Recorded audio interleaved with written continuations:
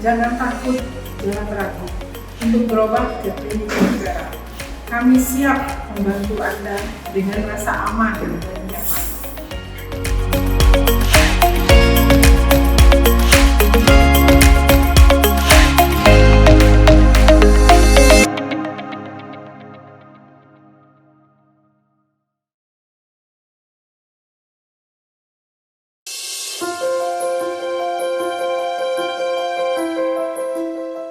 Masyarakat kita kini sedang mewacanakan relaksasi setelah PSBB yang ketat.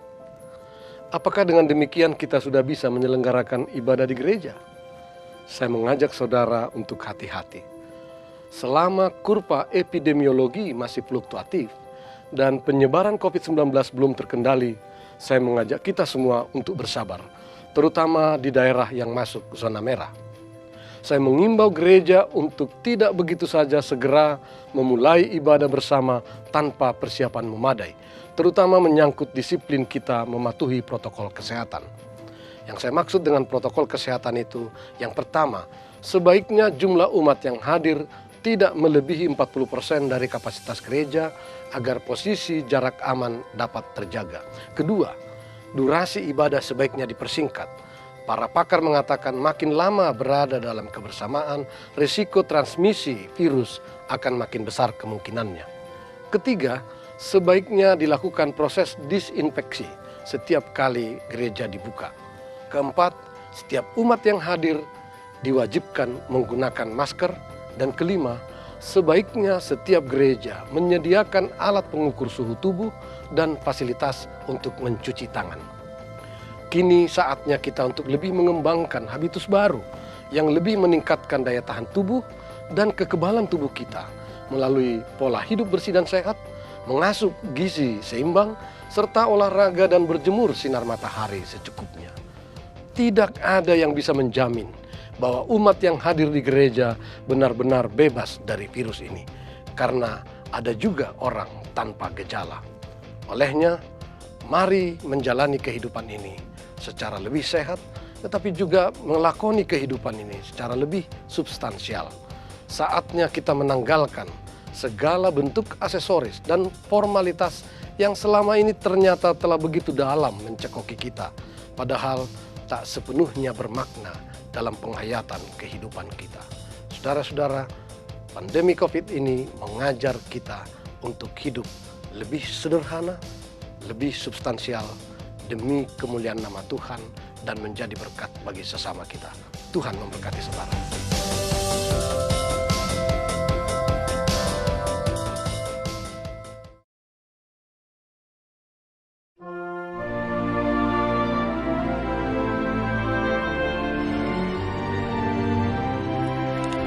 Beribadah itu adalah soal memelihara kehidupan. Artinya, jangan sampai justru karena kita beribadah, kita mengancam kehidupan. Jadi memang semua harus dipersiapkan dengan matang.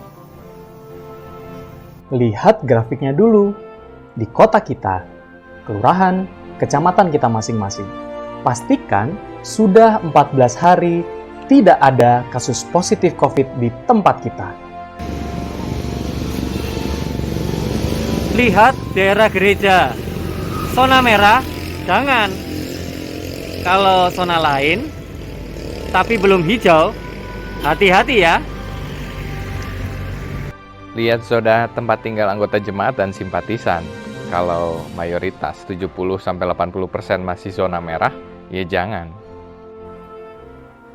Perhatikan juga aturan-aturan setempat. Jika kita harus mengurus surat izin atau rekomendasi dari gugus COVID atau dari pihak-pihak lain, jangan lupa urus ya. Majelis jemaat perlu mengatur agar kehadiran umat tidak melebihi 40% kapasitas gedung gereja. MJ perlu mengetahui posisi duduk setiap pengunjung ibadah supaya nanti kalau perlu dilakukan tracing, hal itu bisa dilakukan.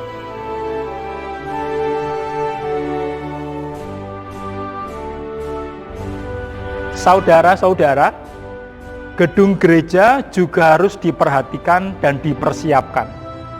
Lihat sirkulasi udara di gedung gereja saudara masing-masing. Nah, usahakan selama kebaktian berlangsung, pastikan sirkulasi udara dapat mengalir dengan baik. Caranya, buka lebar-lebar jendela gedung gereja dan ingat, usahakan jangan menyalakan pendingin udara atau AC. Jarak antara umat 1,5 meter. Jangan lupa sediakan termometer tembak.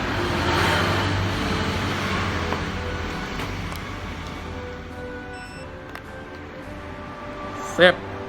Sediakan hand sanitizer atau tempat cuci tangan di berbagai titik. Gedung gereja harus didisinfektan sebelum dan sesudah kebaktian. Ya ampun, ribet bener ini.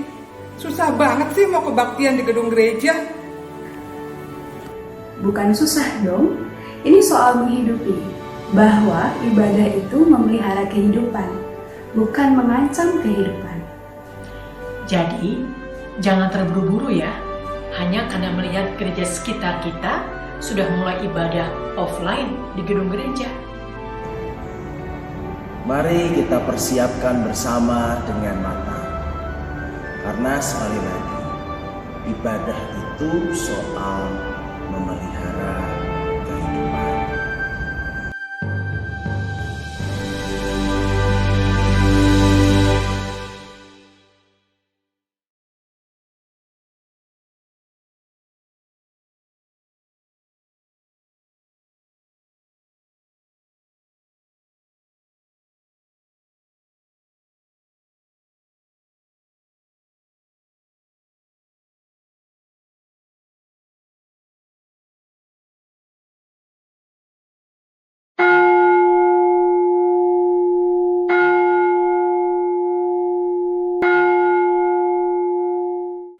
Selamat pagi dan selamat hari Minggu. Kasih karunia Tuhan Yesus Kristus dan kasih Allah dan persekutuan Roh Kudus menyertai kita sekalian. Mengawali ibadah online Minggu 2 Agustus 2020 ini, kami mohon perhatian untuk informasi berikut ini. Persidangan Majelis Jemaat GKI Pamulang Minggu 19 Juli 2020 memutuskan kembali untuk memperpanjang kebaktian Minggu dengan cara daring atau online di rumah masing-masing hingga tanggal 30 Agustus 2020. Mari kita terus memperhatikan, berdoa, mohon Tuhan menuntun kita untuk menyiapkan segala sesuatunya guna pembukaan kembali rumah ibadah GKI Pamulang. Dalam kebaktian ini, Pendeta Trieni Sulistiani akan melayangkan firman Tuhan dengan tema, Arahkanlah hatimu kepada Tuhan. Kami mengundang Bapak Ibu, Saudara, bangkit berdiri dengan memuji Tuhan dengan lagu PKJ 4, Angkatlah hatimu pada Tuhan.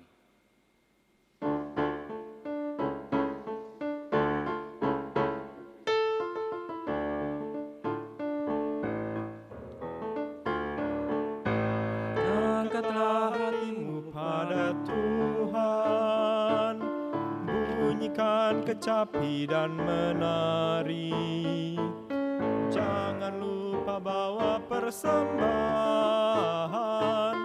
Mari kawan, ajak teman bersama menyembah. Sorak-sorak haleluya. Mari nyanyilah. Pujilah Tuhan yang Maha Kudus. Mari kawan, ajak teman, bernyanyilah terus.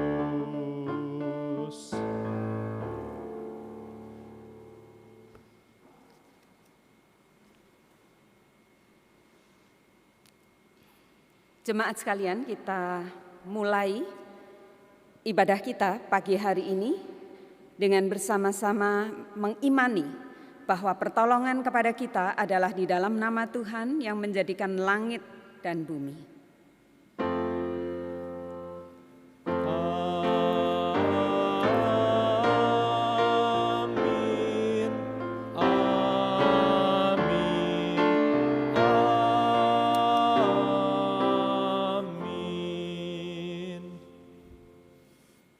Tuhan beserta dengan saudara. Silakan duduk.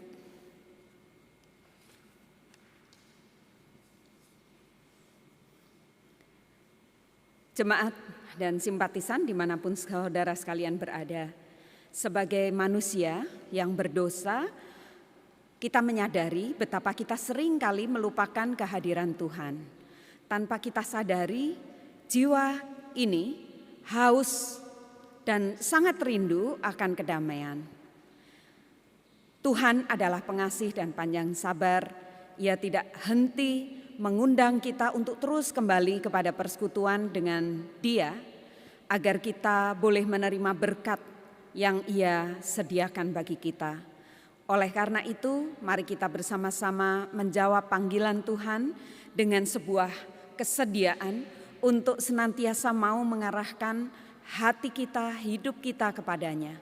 Maka Yesus, Sang Roti hidup, akan memelihara tubuh dan jiwa kita, serta memampukan kita untuk senantiasa menjadi berkat bagi sesama dan semesta.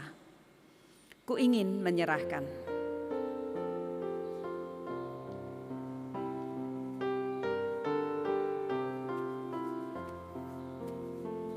Ku ingin menyerahkan seluruh hidupku, sekalipun tak layak kepada Tuhanku. Ku bunuh keinginan dan hasrat hatiku, supaya hanya Tuhan mengisi hidupku.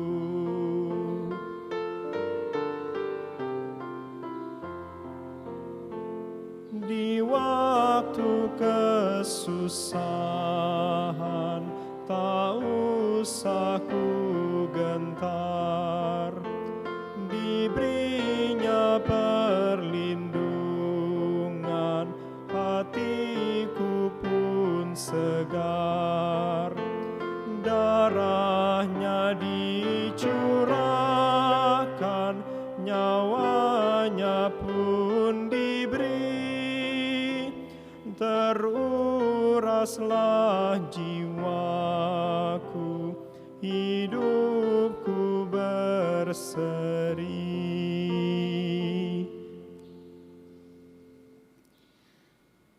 Jemaat dan simpatisan, mari kita bersama-sama tundukkan kepala, kita berdoa sebelum kita bersama-sama melanjutkan ibadah kita. Mari kita berdoa.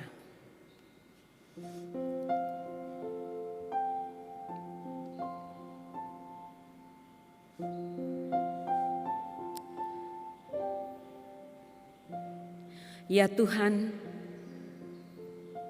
kami sungguh menyesal dan malu karena begitu banyak dosa dan pelanggaran yang kami lakukan di hadapan-Mu. Selama ini kami tidak sepenuhnya mengarahkan hidup kami kepada Tuhan, sehingga begitu banyak pelanggaran yang kami lakukan, sehingga begitu sering kami tersesat dari jalan-Mu. Kami tidak lagi fokus kepada Tuhan, kepada panggilan kami,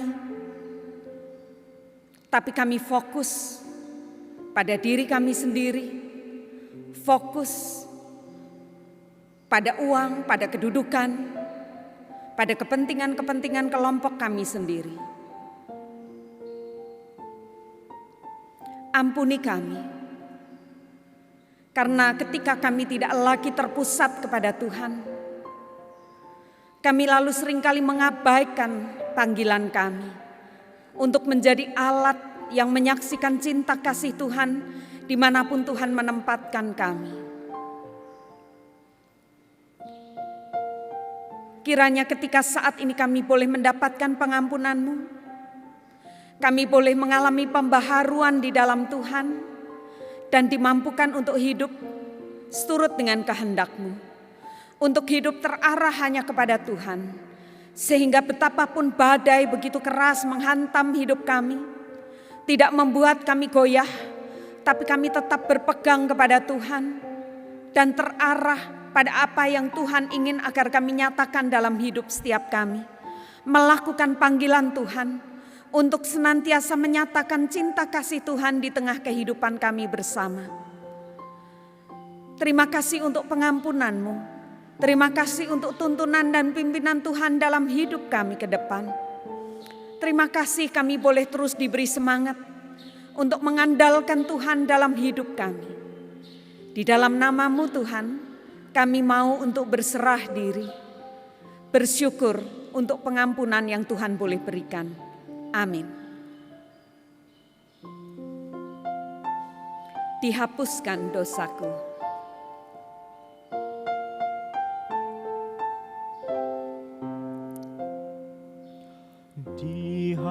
Dihapuskan dosaku hanya oleh darah Yesus.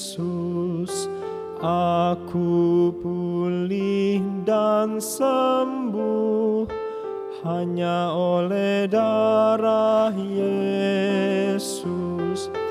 Oh, darah Tuhanku, sumber pembasuhku, sucilah hidupku hanya oleh darah Yesus.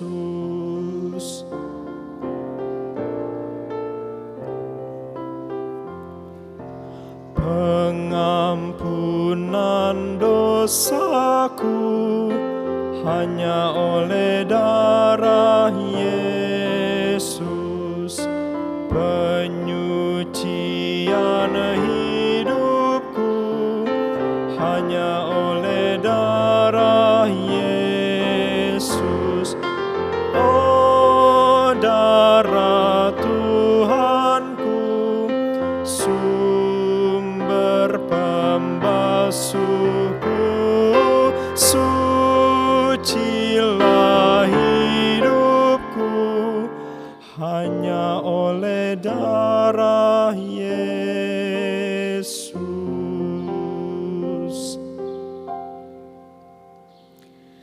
Mari saudara sekalian, kita bersama-sama berdiri untuk mendengarkan berita anugerah dari Tuhan yang tertulis di dalam 1 Petrus pasal 2 ayat 24 sampai dengan 25. Ia sendiri telah memikul dosa kita di dalam tubuhnya di kayu salib, supaya kita yang telah mati terhadap dosa hidup untuk kebenaran. Oleh bilur-bilurnya kamu telah sembuh. Sebab dahulu kamu sesat seperti domba, tetapi sekarang kamu telah kembali kepada gembala dan pemelihara jiwamu. Demikianlah berita anugerah dari Tuhan. Syukur pada Allah. Kristus telah memperdamaikan kita dengan Allah. Maka kami pun berdamai dengan sesama kami. Tuhan, Kau gembala kami.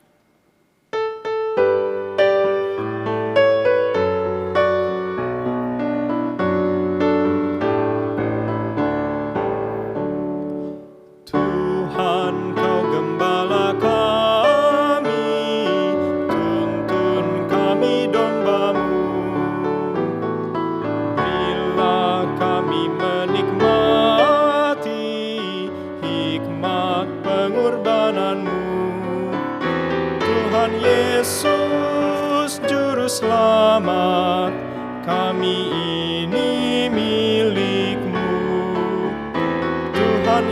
Yesus Juru Selamat.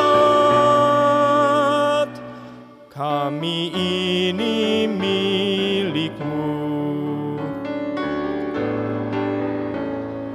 Kehendak-Mu kami cari, ingin turut maksud-Mu. Tuhan, isi hati kami dengan kasih-Mu penuh. Tuhan Yesus Juru Selamat, tak terhingga kasih-Mu. Tuhan Yesus Juru Selamat, tak terhingga kasih-Mu. Jemaat dipersilahkan duduk kembali. Kita akan menaikkan doa sebelum firman Tuhan kita baca dan kita gumuli bersama. Mari kita tundukkan kepala, kita berdoa. Ya Tuhan, kami menyatukan hati untuk bersama mendengarkan firman Tuhan. Kiranya Engkau boleh mengubahkan hati kami yang keras untuk boleh dilembutkan oleh kuasa Roh Kudus-Mu, dan kami dimampukan untuk dapat mencerna, memahami firman-Mu dan melakukannya di dalam hidup setiap kami. Kami mohon pertolongan-Mu senantiasa, terlebih hamba-Mu yang Tuhan pakai untuk menyatakan kebenaran firman-Mu. Di tengah segala keterbatasan dan kekurangannya, Tuhan kiranya melengkapi dan menyempurnakan, sehingga apa yang disampaikan dapat dipahami, dimengerti, dan dilakukan oleh umat-Mu. Siapapun yang mendengarkannya, boleh disentuh oleh firman Tuhan, dan mereka boleh diubahkannya. Terima kasih Tuhan, kami sepenuhnya berserah diri dalam tangan kasih Tuhan, dalam Yesus Kristus, amin. Mazmur pasal 145 ayat 8 dan 9 dilanjutkan ayat 14 sampai dengan 21. Tuhan itu pengasih dan penyayang, panjang sabar dan berlimpah, panjang sabar dan besar kasih setianya. Tuhan itu baik kepada semua orang dan penuh rahmat terhadap segala yang dijadikannya. Tuhan itu penopang bagi semua orang yang jatuh dan penegak bagi semua orang yang tertunduk. Mata sekalian orang menantikan Engkau, dan Engkau pun memberi mereka makanan pada waktunya. Engkau yang membuka tangan-Mu dan yang berkenan mengenyangkan segala yang hidup. Tuhan itu adil dalam segala jalannya dan penuh kasih setia dalam segala perbuatannya. Tuhan dekat pada setiap orang yang berseru kepadanya, pada setiap orang yang berseru kepadanya dalam kesetiaan.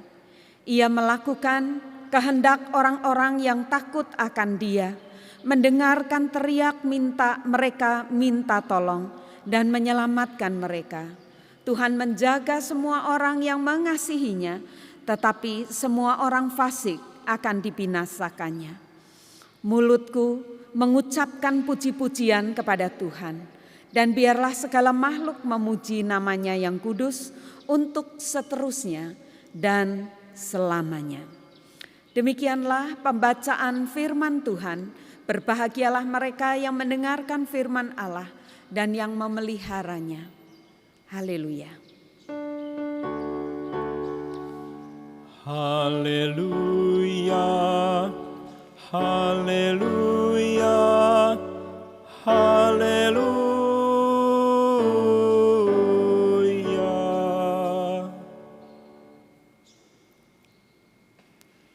Jemaat dan simpatisan GKI Pamulang, dimanapun saudara sekalian berada, dulu ketika ibadah kita masih seperti biasanya, itu kalau kita sudah tiba di penghujung ibadah, itu paling menyenangkan. Jadi sampai di ordo pengutusan, itu rasanya plong gitu ya. Wah, ini tandanya ibadah sudah hampir selesai. Sekarang mungkin sedikit berbeda karena ibadah kita lakukan di rumah. Nah, ada apa di dalam formulasi pengutusan kita? Saya ingin membacakan selengkapnya.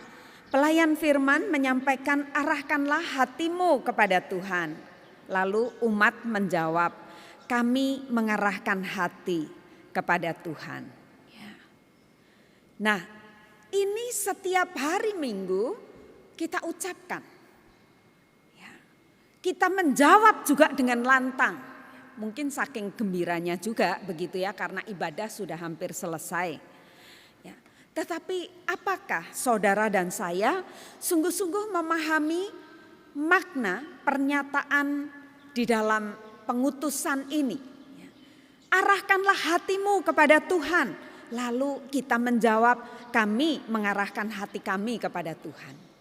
Dalam keseharian kita, adakah saudara dan saya sungguh-sungguh mengarahkan hati kita kepada Tuhan? Apakah saudara dan saya sungguh-sungguh mengerti makna dari pernyataan ini? Dan perlu saudara sekalian fahami bahwa kalimat-kalimat dialog tersebut sesungguhnya sudah ada sejak zaman gereja mula-mula. Santo Cyprianus tahun 258 pernah menjelaskan kepada umat di Afrika Utara bahwa dialog ini ditujukan supaya apa? Supaya setiap orang yang mendengarnya dan menjawabnya betul-betul punya tekad, punya komitmen ya, untuk mengarahkan hati dan pikirannya hanya kepada Tuhan di dalam kehidupannya dan bukan kepada yang lain. Dan Santo Cyrilius dari Yerusalem juga ini tahun 386 dia pernah menegaskan bahwa ketika kita diingatkan marilah mengarahkan hati kepada Tuhan, itu berarti kita diminta untuk sungguh-sungguh mengarahkan seluruh jiwa dan raga kita hanya kepada Tuhan.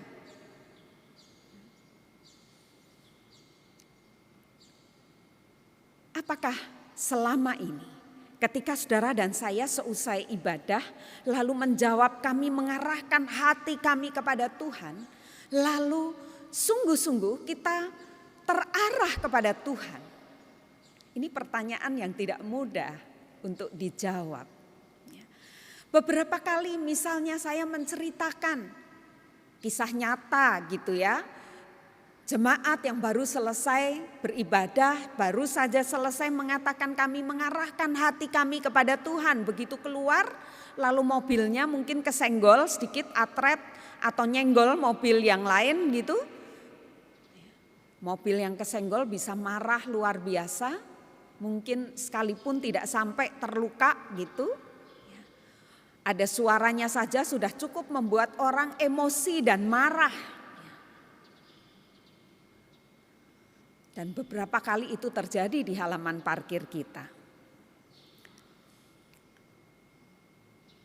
Belum lagi di dalam keseharian, dalam rutinitas pekerjaan kita. Betulkah saudara dan saya sungguh-sungguh jiwa dan raga kita terarah kepada Tuhan?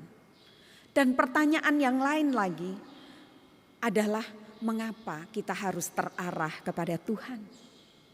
Dan bagaimana saudara dan saya sungguh-sungguh dapat mengarahkan diri kita kepada Tuhan?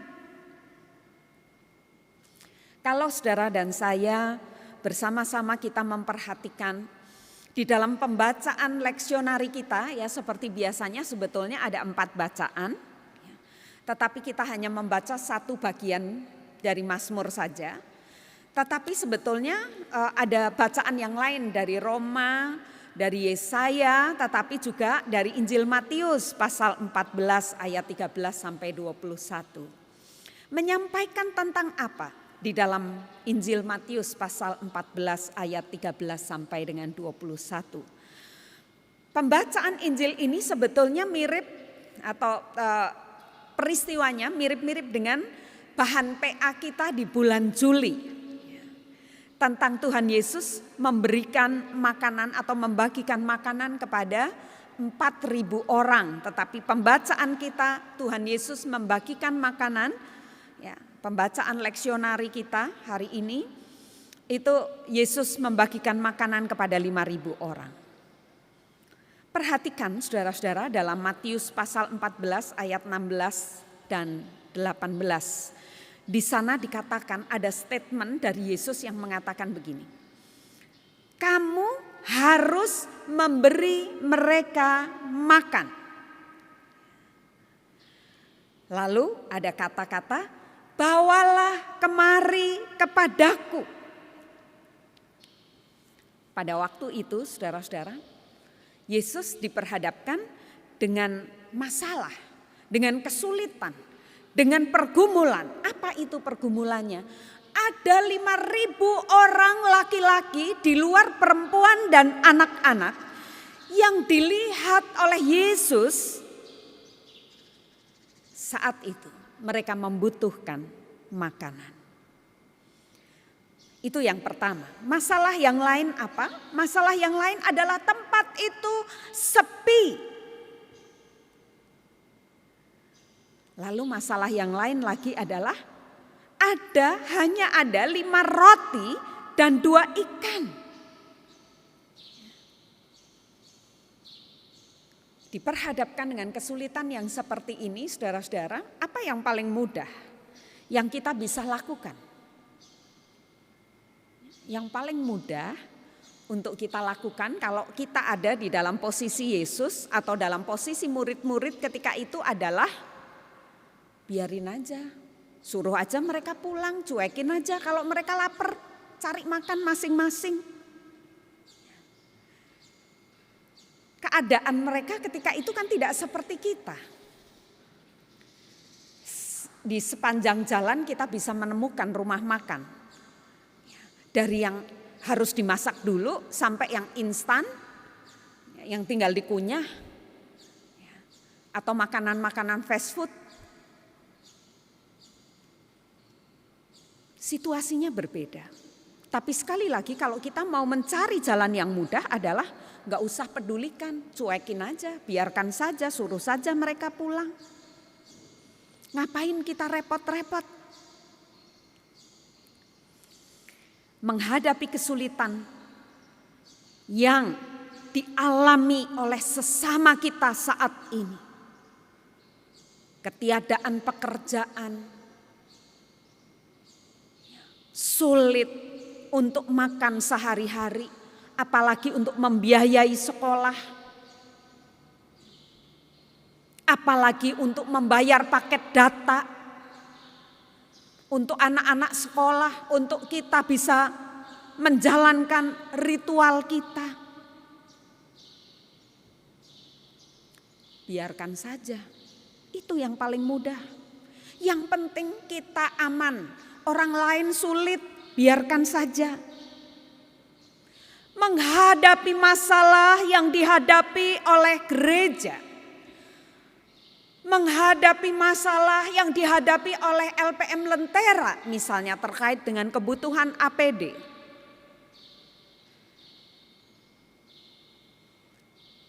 Gereja dengan situasi dan kondisi di mana ibadah harus dijalankan secara online. Ada kebutuhan-kebutuhan yang mendesak tetapi sulit untuk dilakukan karena keterbatasan persembahan, dan itu juga terjadi karena jemaat pun dalam kondisi yang sulit. Lalu apa yang kita bisa lakukan? Yang gampang ya biarin aja. Biarin gereja, majelis jemaat, pendeta dan penatua mikirin sendiri. Wong saya saja susah. Biarin pengurus Lentera yang mikirin soal APD untuk volunteer, untuk dokter, untuk perawat, untuk karyawan. Wong saya saja susah.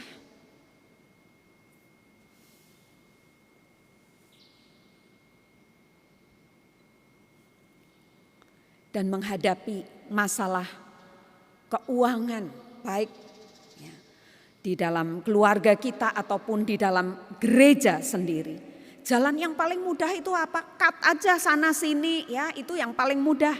Tapi kita tidak perlu memikirkan, lalu merasa tidak perlu untuk memikirkan kalau itu adalah hal yang baik, yang positif, maka kita harus mengupayakan dengan sekuat tenaga pikiran kita untuk menolong. Enggak ada pikiran itu. Yang ada udah cut aja, sudah semua beres. Kita seringkali mencari jalan mudah seperti itu.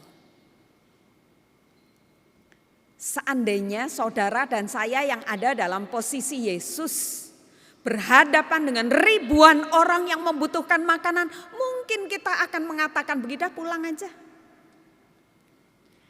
Tetapi sungguh luar biasa karena Yesus tidak seperti itu. Dikatakan Yesus tergerak oleh belas kasihan. Dan karena itu Yesus mengatakan kamu harus memberi mereka makanan. Apa yang ada padamu, Tuhan gak minta apa yang tidak ada. Apa yang ada padamu, yang kamu bisa lakukan, bisa upayakan untuk orang banyak ini. Yesus tidak memilih untuk berpangku tangan. Dia tidak bisa memilih untuk cuek, menutup mata terhadap kesulitan dan pergumulan yang dihadapi oleh orang banyak ketika itu. Dan sejalan dengan apa yang disampaikan di dalam Injil Matius pasal 14 ayat 13 sampai dengan 21. Mazmur pasal 145 ayat 8, 9, 14 sampai dengan 21 menyampaikan betapa Tuhan kita adalah Tuhan yang penuh dengan kepedulian. Tuhan yang tidak bisa menutup mata terhadap kesulitan dan pergumulan yang dihadapi oleh saudara dan saya, oleh setiap umat manusia. Tuhan itu pengasih dan penyayang. Tuhan itu baik kepada semua orang. Tuhan itu adalah sosok yang selalu mau menopang orang yang terjatuh. Menjadi penegak bagi mereka yang tertunduk karena masalah berat yang dihadapinya. Dia selalu membuka tangannya untuk mengenyangkan semua yang hidup. Tuhan itu adil dalam segala jalannya, penuh kasih dalam perbuatannya. Tuhan itu selalu mau menjadi sosok yang berada dekat dengan saudara dan saya di tengah menjalani kehidupan ini. Begitu luar biasa Tuhan kita. Jadi kalau ditanya kenapa kita harus mengarahkan hati kita kepada Tuhan. Karena Tuhan itu begitu baik kepada saudara dan saya. Penuh dengan kasih sayang, penuh dengan belas kasih. Dan selalu ada berpihak kepada kita. Tuhan selalu mengulurkan tangannya bagi saudara dan saya. Dan ini terbukti bagaimana Tuhan memelihara hidup saudara dan saya dengan caranya hingga hari ini. 4 bulan sudah kita lewati. Memang tidak menyenangkan. Tetapi saudara dan saya dimampukan untuk bisa sampai di titik ini. Bukankah itu karena kebaikan dan cinta kasih Tuhan? Kepada sosok yang seperti inilah, saudara dan saya diajak untuk mengarahkan hati kita kepadanya. Supaya apa? Supaya saudara dan saya tetap kuat dan tegar dalam menjalani hidup ini. supaya saudara dan saya tetap memiliki pengharapan itu dan tidak kehilangan pengharapan. Kesulitan, pergumulan, pandemi COVID-19 ini tidak pernah boleh merampas pengharapan kita kepada Tuhan. Dan bahkan mengarahkan hati kita kepada Tuhan bukan hanya supaya kita tetap percaya, tetap semangat dan tetap memiliki pengharapan. Tetapi sekaligus juga ketika saudara dan saya mengarahkan diri kepada Tuhan, akan membuat saudara dan saya boleh terus diisi, diinspirasi oleh Tuhan yang penuh dengan belas kasih, Tuhan yang penyayang, yang panjang sabar, Tuhan yang selalu mengulurkan tangannya bagi kita. Itu akan menginspirasi saudara dan saya, di mana dalam hidup dan keseharian kita pun juga akan tetap menyatakan, menunjukkan cinta dan kepedulian kita kepada orang-orang di sekitar kita. Saudara-saudara, sekarang pada menjawab pertanyaan yang selanjutnya. Bukan hanya mengapa kepada Tuhan, tetapi bagaimana caranya. Ini menjadi penting. Kenapa? Karena kecenderungan kita adalah kesulitan, penderitaan yang kita hadapi dalam hidup sering membuat kita kehilangan percaya pada sosok seperti yang diungkapkan oleh pemazmur. Membuat kita kehilangan percaya, benar gak sih Tuhan itu penyayang? Benar gak Tuhan itu mau menopang kita? Nyatanya saya sampai hari ini masih terus ada di dalam kesulitan. Saudara-saudara mungkin pernah menonton sebuah film Count of Monte Cristo. Bagaimana seorang muda bernama Dante yang begitu baik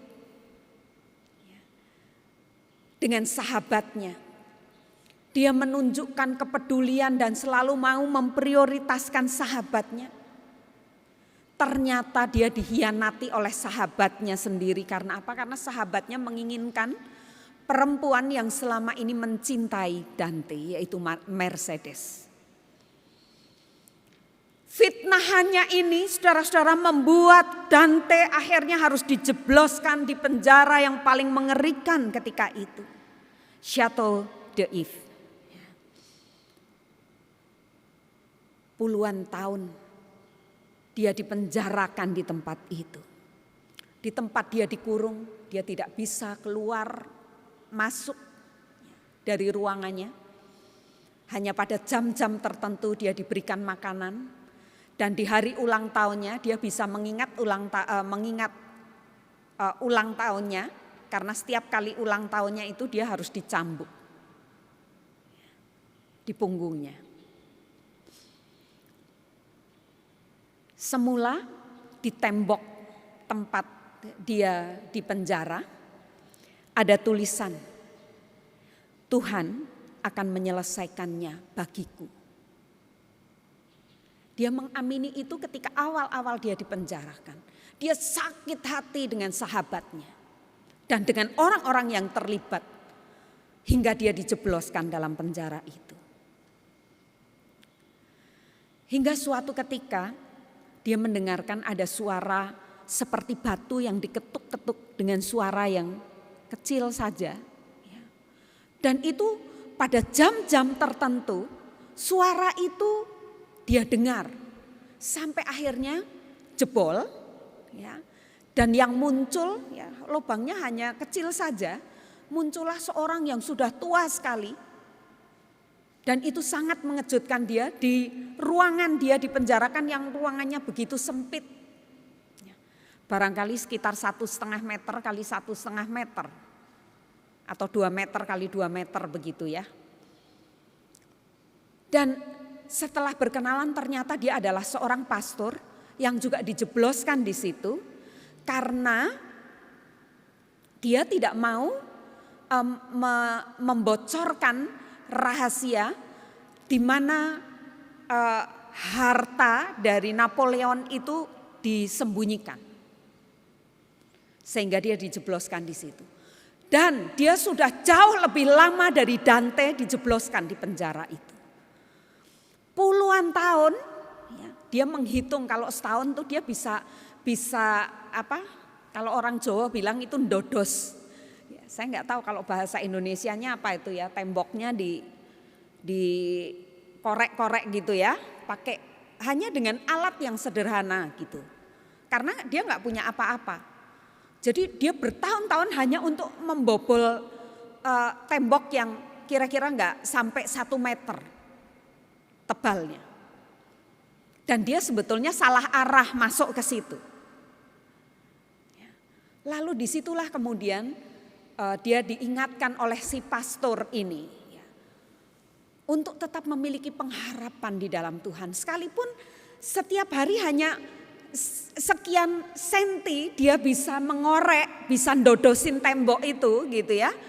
Tetapi pada waktunya tembok ini bisa dijebol gitu, dan sekalipun dia salah jalan juga, tapi akhirnya itu menjadi berkat karena kemudian pastor ini juga pandai bermain pedang, dan itu waktu-waktu yang ada di luar waktu penjaga memberikan makanan untuk mereka belajar banyak hal.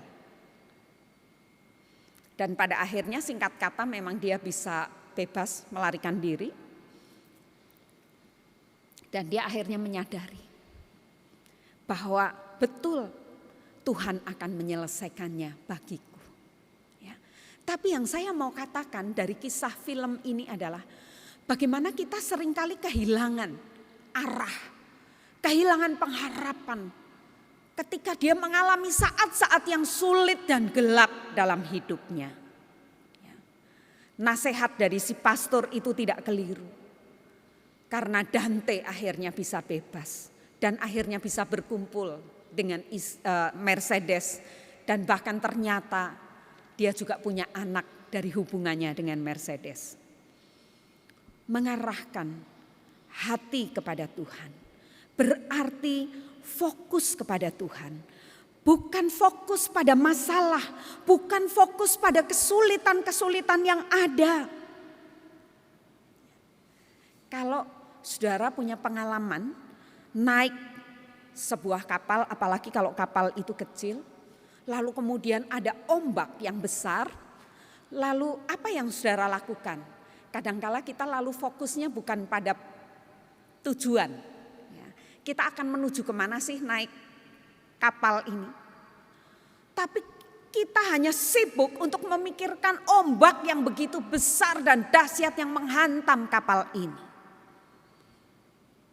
Bukankah itu yang seringkali terjadi? Kita melupakan bahwa kita sedang menuju ke satu tempat, satu pelabuhan di mana di sana kita bisa akan mendapatkan ketenangan. Nah saudara-saudara, kalau ditanya bagaimana caranya supaya kita bisa terarah kepada Tuhan, kita bukan hanya perlu untuk selalu mengingat seperti yang disampaikan oleh Mazmur 145. Kita harus selalu mengingat kebaikan Tuhan. Kita jangan fokus pada masalahnya, pada penderitaannya, pada kesulitan-kesulitan yang kita hadapi. Tapi fokuslah kepada Tuhan yang begitu baik, yang setiap saat hadir di dalam setiap helaan nafas kita, yang selalu memberi diri untuk menopang dan mengangkat kita, yang mengulurkan tangannya bagi saudara dan saya untuk memberi kita apa yang kita butuhkan.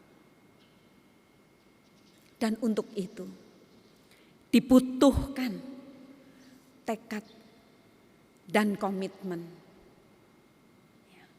Tetapi sekaligus juga kesediaan untuk berkorban. Kenapa tekad dan komitmen? Tekad dan komitmen untuk selalu mengingat hal-hal baik yang Tuhan sudah nyatakan dalam hidup kita. Dan bukan tidak mungkin itu juga akan menjadi sesuatu yang Tuhan nyatakan dalam hidup kita ke depan dengan caranya yang ajaib. Tekad yang kuat bahwa Tuhan kita adalah segala-galanya, bahwa Tuhan adalah satu-satunya sumber kehidupan dan pengharapan kita. Tanpa itu saudara dan saya tidak akan sanggup. Tanpa itu saudara dan saya tidak akan kuat untuk melaluinya, untuk melewatinya. Lalu tadi saya katakan dibutuhkan kesediaan untuk berkorban. Kenapa demikian? Di awal tadi saya katakan, ketika saudara dan saya mengarahkan kepada Tuhan yang demikian, maka itu akan membuat kita bersemangat, punya tekad, punya pengharapan gitu ya. Tetapi sekaligus juga akan membangun sebuah inspirasi di dalam diri kita untuk meniru seperti yang Tuhan sudah lakukan kepada kita. Berarti saudara dan saya dipanggil juga untuk berbuat sesuatu kepada orang-orang yang kita jumpai dalam hidup dan keseharian kita. Karena saudara dan saya bukan hanya dipanggil untuk menerima kebaikan Tuhan, tapi saudara dan saya juga dipanggil untuk membagikan kebaikan Tuhan kepada setiap orang yang kita jumpai. Dan untuk membagikan kebaikan Tuhan, ya, dibutuhkan pengorbanan. Mengarahkan hati kepada Tuhan itu bukan semata hanya saudara dan saya diajak untuk menerima cinta Tuhan, tapi juga membagikan cinta dan kebaikan Tuhan kepada setiap orang yang kita jumpai. Itu menjadi bukti bahwa saudara dan saya mau untuk mengarahkan hati kepada Tuhan. Jadi kalau dalam setiap pengutusan saudara dan saya diajak untuk bersama-sama menyatakan kami mengarahkan hati kami kepada Tuhan. Ingatlah bahwa saudara dan saya seusai ibadah ini dipanggil untuk menyatakan apa yang Tuhan sudah lakukan bagi kita, bagi saudara dan saya untuk kita bagikan kepada orang lain. Kalau saudara dan saya mengamini cinta dan kebaikan Tuhan, maka lakukanlah itu dalam hidup dan keseharian saudara dan saya. Apa yang kita lakukan tidak selalu menghasilkan sesuatu yang menyenangkan. Tetapi apapun itu, bagaimanapun respon orang-orang di sekitar kita ketika kita mau menyatakan kebaikan kita, jangan pernah membuat kita berhenti untuk menyatakan cinta dan kebaikan Tuhan. Tetaplah menjadi terang, tetaplah menjadi seperti yang Tuhan sudah lakukan dalam hidup saudara dan saya. Mari saudara-saudara, kita bersama-sama mengucapkan, ya, baik saudara dimanapun saudara berada sekarang ini, kita akan mengakhiri renungan kita dengan bersama menjawab, kami mengarahkan hati kami kepada Tuhan, begitu ya. Saya akan mengatakan, arahkanlah hatimu kepada Tuhan. Silahkan saudara-saudara menjawab bersama-sama di rumah. Kami mengarahkan hati kami kepada Tuhan. Ya dan amin. Kiranya ini sungguh-sungguh saudara dan saya lakukan dalam hidup kita bersama. Tuhan memberkati. Saat hening untuk kita.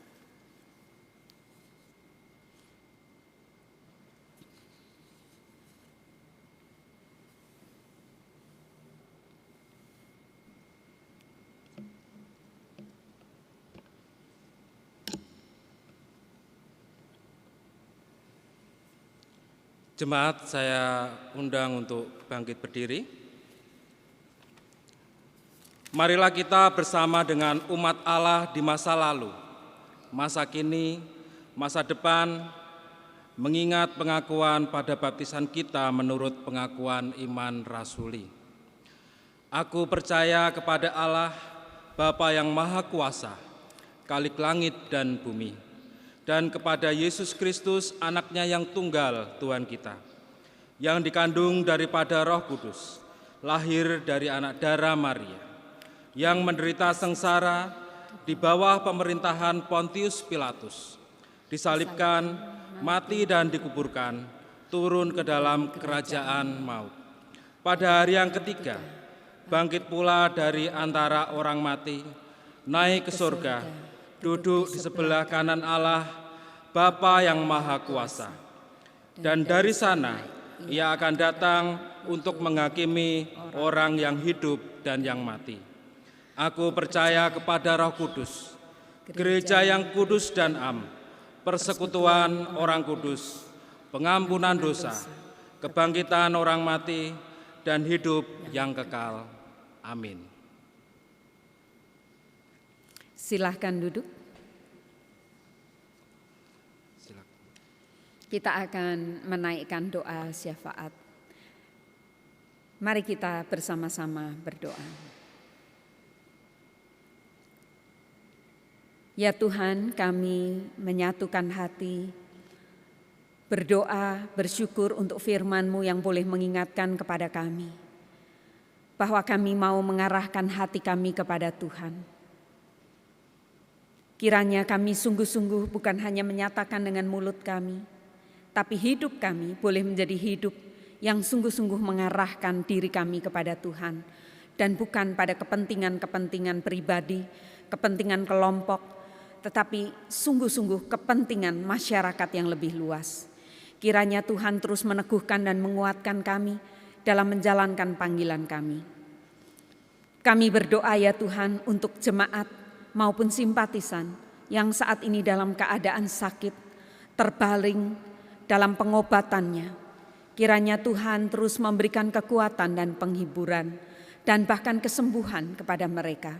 Memberikan kepada mereka sekalian semangat untuk menjalani proses pengobatan yang harus mereka jalani. Kiranya tangan kasih Tuhan terus merengkuh mereka, dan juga keluarganya Tuhan berikan hikmat dan kesabaran untuk boleh merawat mereka yang sakit, sehingga mereka yang sakit boleh terus merasakan cinta kasih Tuhan, bahkan mengalami kesembuhan. Kami berdoa untuk jemaat dan simpatisan yang saat ini dalam pergumulan karena berbagai masalah yang mereka hadapi. Kiranya Tuhan Engkau menolong, memberikan mereka kesadaran akan betapa baiknya Tuhan dan cinta kasih Tuhan, sehingga mereka tidak larut dalam kesedihan karena masalah-masalah yang dihadapi, tapi mereka boleh dengan tegak berdiri, tetap berpegang pada Tuhan dan mempercayakan semua pergumulan mereka kepada Tuhan. Kami berdoa untuk majelis jemaat, untuk seluruh karyawan GKI Pamulang. Di dalam segala tugas dan tanggung jawabnya, mampukan mereka untuk bisa melakukan tugas dan tanggung jawab mereka masing-masing dengan baik dan penuh dengan cinta kasih Tuhan. Kami berdoa untuk kesehatan para pemimpin kami, baik presiden maupun jajaran yang ada di bawahnya. Berkati mereka senantiasa, mampukan mereka untuk boleh menjalankan tugas dan tanggung jawab mereka dengan baik. Kondisi yang ada saat ini sungguh sangat bisa membuat kami kehilangan semangat dalam menjalankan tugas dan panggilan kami. Tapi kiranya kasih sayang Tuhan boleh terus merengkuh para pemimpin kami, sehingga mereka menyadari betapa rakyatnya sangat membutuhkan kepemimpinan mereka untuk dijalankan dengan baik. Karena itu Tuhan, kami mau menyerahkan mereka dalam tangan kasih-Mu. Biarlah berkat dan anugerah Tuhan melingkupi mereka sekalian. Dan akhirnya Tuhan, kami mau untuk menutup doa syafaat kami dengan bersama-sama menaikkan doa Bapa kami. Bapa kami yang ada di sorga, dikuduskanlah nama-Mu, datanglah kerajaan-Mu, jadilah kehendak-Mu di bumi seperti di sorga. Berikanlah kami pada hari ini makanan kami yang secukupnya, dan ampunilah kami akan kesalahan kami, seperti kami mengampuni orang yang bersalah kepada kami. Dan janganlah membawa kami ke dalam pencobaan, tetapi lepaskanlah kami daripada yang jahat. Karena Engkaulah yang punya kerajaan dan kuasa dan kemuliaan sampai selama-lamanya. Amin.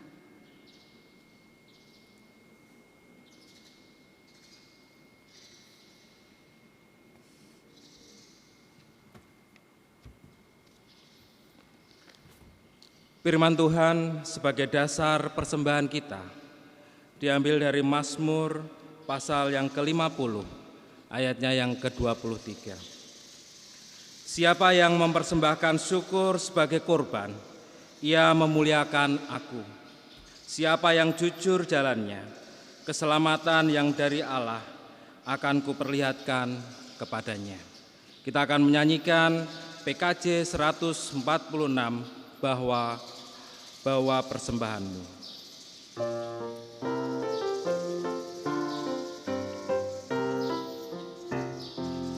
Bawa persembahanmu dalam rumah Tuhan dengan rela hatimu, janganlah jemu. Bawa persembahanmu, bawa dengan suka, bawa persembahanmu, tanda sukacitamu. Bawa persembahanmu, ucaplah syukur.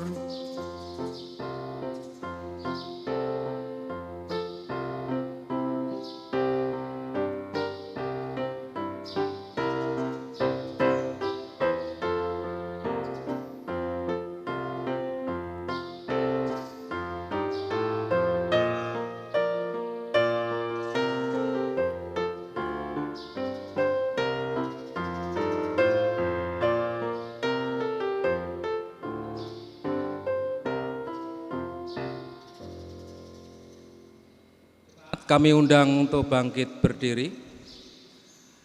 Kita akan bersama-sama menyerahkan persembahan kita di dalam doa. Mari kita berdoa. Kami bersyukur kepadamu ya Tuhan, untuk berkat-berkat yang telah kami terima di dalam hidup dan kehidupan kami. Dan di saat ini ya Tuhan, kami telah mempersembahkan sebagian dari berkat-Mu itu. Biarlah Engkau mau sucikan ya Tuhan, supaya persembahan kami ini layak di hadapan-Mu. Dan biarlah persembahan kami ini boleh berguna bagi pelayanan di GKI Pamulang ini ya Tuhan. Kiranya Engkau juga mau berkati orang-orang yang mengelola persembahan ini ya Tuhan. Kami mempersembahkan ya Tuhan, doa ini ke dalam tangan kuasa-Mu. Di dalam nama Yesus kami berdoa. Amin.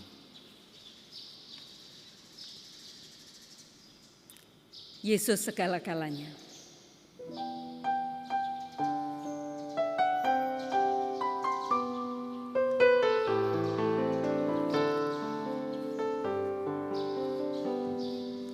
Yesus segala-galanya, mentari hidupku.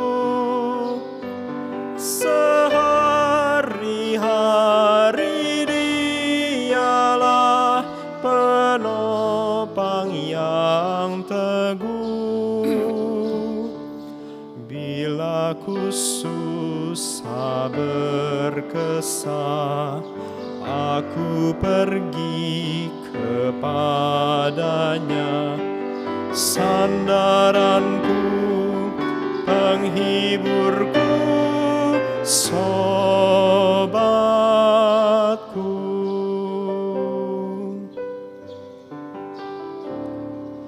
Yesus segala-galanya, temanku terdekat.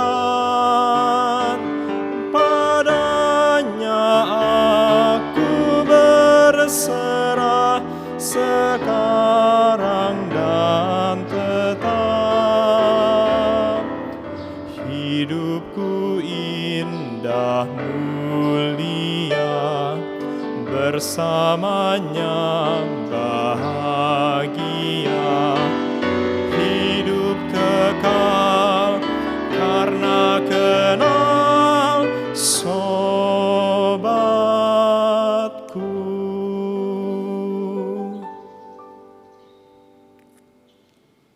Jemaat dan simpatisan, arahkanlah hatimu kepada Tuhan.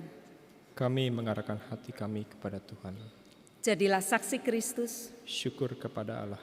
Terpujilah Tuhan. Kini dan selamanya. Terimalah berkat Tuhan.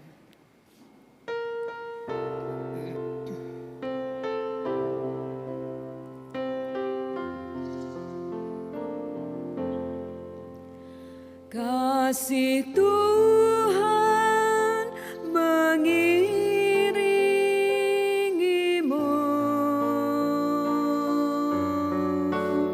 dan sayapnya melindungimu.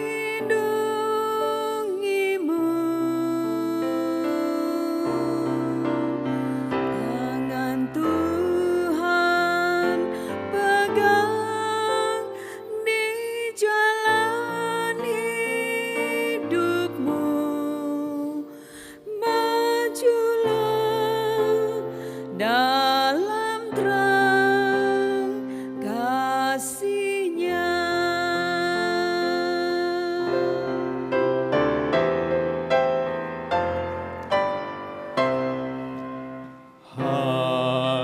Haleluya, haleluya, haleluya, haleluya, haleluya. Amin, amin, amin.